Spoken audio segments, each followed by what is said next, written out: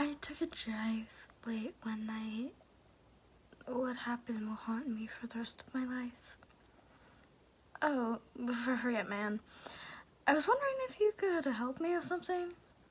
The cashier, an acne-riddled kid who looked to be in his late teens or early 20s, looking up from shoving the bag of potato chips, 2 sodas, and pack of Lucky Stripes into a plastic bag.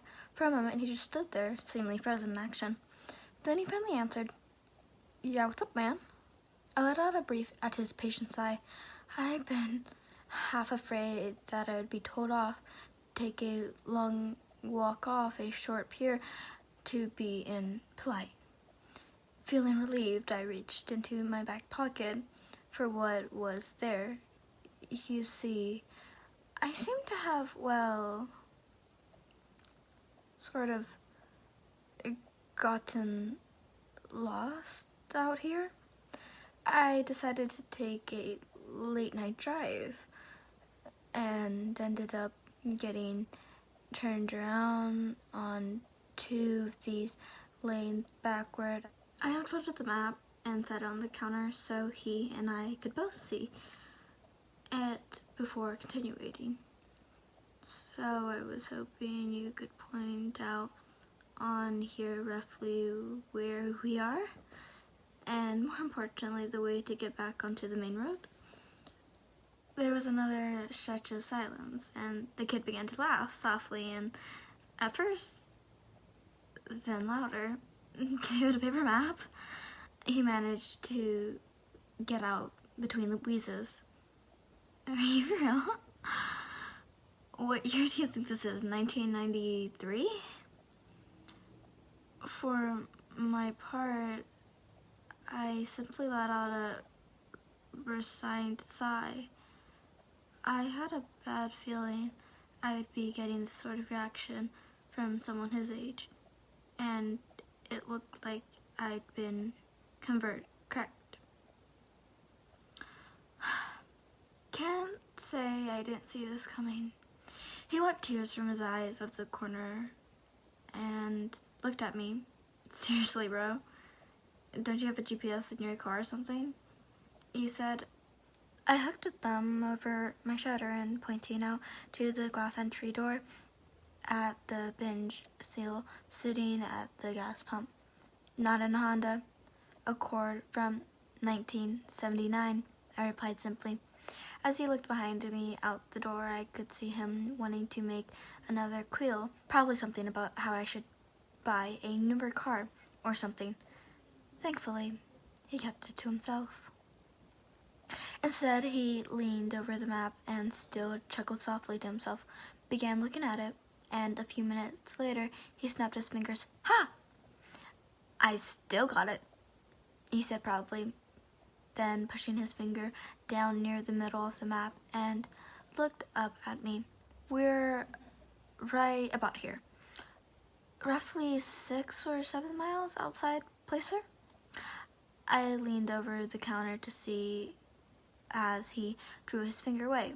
Here? He nodded, and I pulled a pen out of my pocket circling the area as a reminder once I left, then exclaimed the map farther. Okay, so it seems like I could take more than a few roads to get into the Interstate 5, right? The kid nodded again, clearly already bored with me, the usual reaction by the slightly annoyance look which had begun to cross his face. Sure, he said simply, then placed my baggage items on top of the map. There'll be $14.50 for this and $28.50 for the gas. I reached into my back pocket and pulled out my wallet, withdrew 3 20s, and handed them to him. The cashier let out a trademark ding as it shot open. He placed the bills in it before pulling out and handed me my change. Placing it in my wallet back into my pocket, I picked up the bag and folded the map back up. Thanks for the help, I said as I turned to head to the door. Yeah, no problem. I heard him mumble at me as I crossed to the front door and pushed it open. A small bell, dong, from the inside handle jangling as I stepped outside and let the door swing shut behind me. The sound of the refrigerators humbling and the fluorescent lights softly buzzing was replaced by those of summertime forest at night. Crickets and cowslips buzzing loudly in the grass around the store, almost overwhelming the buzzing sound of the lights over the pumps.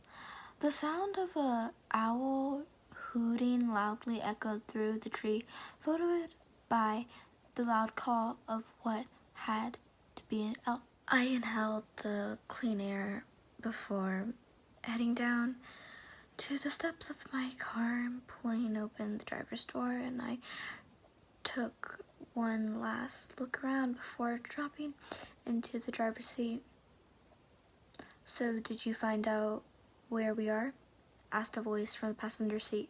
For a split second, a wave of confusion and panic swept over me, and I spun into my seat. I was immediately replaced by a wave of embarrassment, amplified as my friend began to let out a deep laugh. "Dude, were you in there that long that you forgot I was out here waiting for you?" Not wanting to admit I had done just that, I shook my head. "Nah, bruh. Not that. Just dealing with the kid in there was a major headache." He nodded sympathetically. Crenjan was one of our closest friends.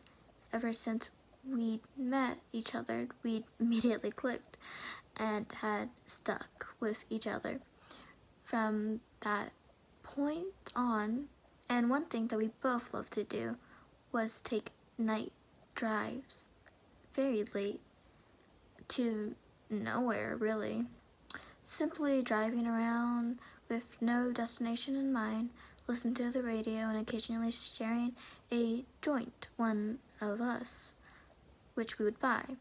This was the first time we'd ever gotten lost, though.